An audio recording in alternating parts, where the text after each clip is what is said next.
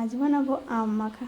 তো যে কথা সেই কাজ, আম লঙ্কা সব সরঞ্জাম নিয়ে ছাদে একদম রেডি। আসলে আসলে এত সুন্দর আম দেখে আমার খুব লোভ লাগছিল। আর এখনও দেখে মানে ভিডিওটা যখন এডিটিং করছি তখনও দেখে আমার খুব ভালো লাগছিলো। আর আম মাখাটা সত্যি এত সুন্দর টেস্ট হয়েছিল। তো আমটা তো ঝটপট ছুলে নিলাম, তারপরে এইভাবে যে সরু সরু পিস করে কেটে নিচ্ছিলাম আর কি, পাতলা পাতলা করে।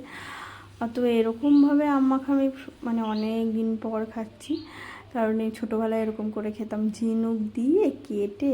আসলে বড়রা মানে ছোটোবেলায় যখন বড়রা ঘুমিয়ে পড়তো দুপুরবেলা, তখন কি করতাম, এই সব ভাই বোনরা মিলে চলে যেতাম বাগানে, আর বাগানে গিয়ে এরকমভাবে ঝিনুক দিয়ে ছুলে এরকমভাবে আম মাখা খেতাম, এরকমভাবে লঙ্কা পুড়িয়ে।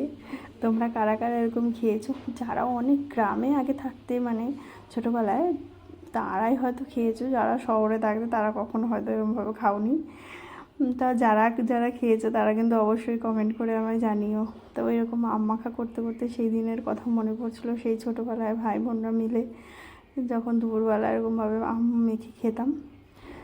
টক আমি খুব একটা পছন্দ করি না, কিন্তু সবার সাথে মিলেমিশে খেতে ভালোই লাগে বেশ। তো সেরকমই একটু আম মাখা করছিলাম সব কিছু দিয়ে। সত্যি আম মাখাটা ভীষণ টেস্ট হয়েছিল, খুব ভাল লাগছিলো খেতে।